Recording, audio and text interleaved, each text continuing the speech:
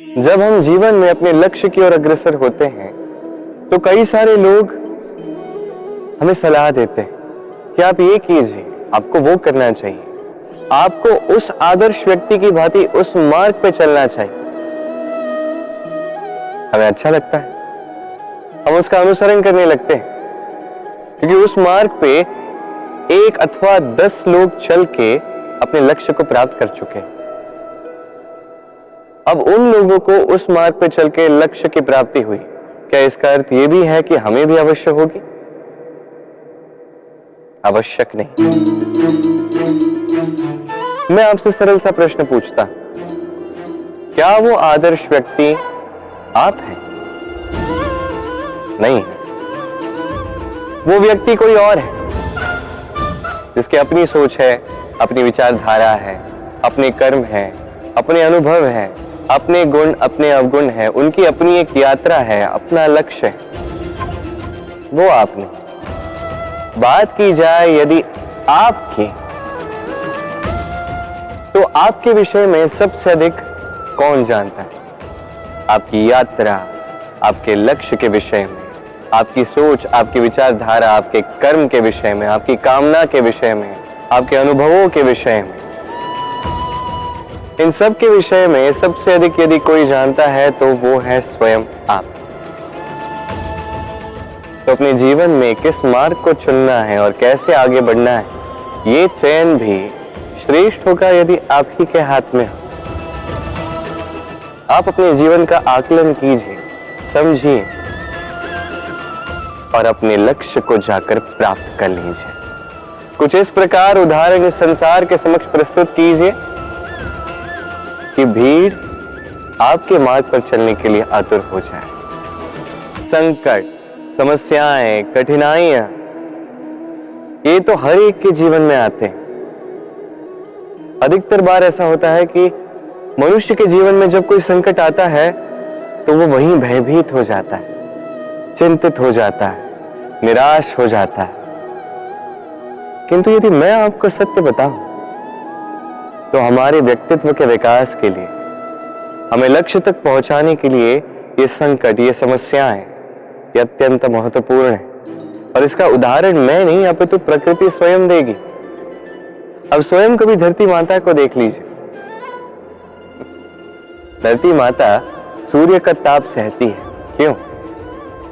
ताकि धरती पर जो जल है वो वाष्प बनकर ऊपर जाए, मेघ बने और धरती पर पुनः एक बार वर्षा करे, नया जीवन दान दे। वही बात कीजिए पतझड़ की, तो वृक्ष को देखिए। पतझड़ की इस ऋतु में सारे पत्ते झड़ जाते हैं, तत्पश्चात उस वृक्ष पे होता है नवनिर्माण, नए पत्ते आते हैं, वो वृक्ष पुनः खिल उठता है, लहलहा उठता। ऐसे ही आपके जीवन में संकट, कठिनाइयां, समस्याएं, ये तो आते ही रहेंगे। आपको इससे भयभीत नहीं होना, पीछे नहीं हटना, निराश नहीं होना है, अपितु डट कर साहस के साथ उसका सामना करना। ये करना आप सीख जाएंगे तो आप स्वयं देखेंगे कि यही संकट, यही समस्याएं, यही कठिनाइयां आपको बल प्रदान करें। किसमें होता है? सूर्य। शीतलता किसमें होती? चंद्रमा। अब यदि सूर्य में प्रकाश ही ना हो तो क्या होगा? अंधकार। यदि चंद्रमा में शीतलता ही ना हो तो क्या होगा? महा अंधकार। सब कुछ भीतर, अच्छाई और सच्चाई हर एक मनुष्य के मन के भीतर है ही है। यदि ये नहीं तो समझिए कुछ भी नहीं। जैसे एक दिया जो जलता है, प्रकाश फैलाता है, अंधकार में हमारा मार्गदर्शन करता है। क्यों जलता है? क्योंकि इसके भीतर एक बाती है जो जलती है। बाती क्यों जलती है? क्योंकि उसके भीतर घी है जो उस बाती को जलाए रखता है। सब कुछ हमारे मन के भीतर है, अच्छाई भी, सच्चाई भी। इसी के साथ कर्म करते जाइए, जीवन में आगे बढ़ते जाइए। समस्त जीवन प्रकाशमयी होगा। काग और कोयल दोनों का रंग शामिल होता है, परंतु इन दोनों में अंतर जो है वो ज्ञात होता है वर्षा की ऋतु में। जब काग अपने कर्कश स्वर से काव काव करता है, वही कोयल अपनी मीठी प्रसिद्ध कुहू से हमारा हृदय ही जीत लेती है। अब ये केवल कोयल और काग के साथ नहीं, अपितु हर एक मनुष्य के साथ भी है। हर एक मनुष्य का व्यक्तित्व उसकी वाणी के पीछे छिपा होता है। यदि आप किसी मनुष्य को समझने जाएं जो मौन धारण करके बैठा है, तो हो सकता है कि आप उसे कुछ और ही समझें। यदि किसी के व्यक्तित्व को समझना है तो उसे बोलने दें, उस व्यक्ति की बातों को सुनना सीखें। ये आप सीख गए तो आपको अपने आप ज्ञात हो जाएगा कि सामने वाले मनुष्य का व्यक्तित्व क्या है, स्वप्न क्या है। वो विचार जो हम सोते समय देखते हैं, एक अधूरी मनोकामना जिसे पूर्ण भी हम सोते समय ही कर सकते हैं। क्यों?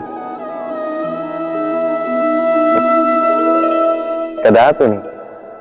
स्वप्न तो वो है जो आपको जगाए, स्वप्न वो है जो आपको भोर में उठने के लिए प्रतीक्षा करवाए। स्वप्न हम सोते समय तो देख सकते हैं, साकार करने के लिए दिन रात जाग के परिश्रम करना पड़ता है। ऐसा करोगे तभी स्वप्न पूर्ण होंगे। अब आप अपने जीवन को सोना बनाना चाहते हो या सोकर अपना जीवन व्यतीत करना चाहते हो, निर्णय आपका है। सफलता बड़ा ही सरल शब्द है। ये उन प्रारंभिक शब्दों में से एक है जो मनुष्य को थोड़ी समझ आते ही समझ में आ जाता है, और जैसे ही सफलता क्या है वो समझता है, आजीवन उस सफलता के ही पीछे भागता है। ये सफलता एक खेल की भांति है जिसमें मनुष्य अपना समस्त जीवन दांव पर लगाता है, और हर खेल की भांति इसके भी कुछ नियम और प्राथमिक नियम है कि सफलता प्राप्त करने के लिए सफलता प्राप्त करने का स्वप्न आपको देखना होगा। जी हाँ, किंतु वहां केवल स्वप्न देखने से कुछ नहीं होने वाला। स्वप्न देखिए, तत्पश्चात आपको स्वयं की निद्रा को भगाना होगा, दिन रात परिश्रम करना होगा, निरंतर प्रयास करने होंगे, तभी यह सफलता आपके पास आएगी और आपके कदम चूमेगी। तो स्वप्न देखिए और परिश्रम से उन्हें साकार करें। ये करेंगे तभी ये सफलता सरल बनकर आपके सामने आएगी, और तब मन प्रसन्न होकर कहेगा, राधे राधे।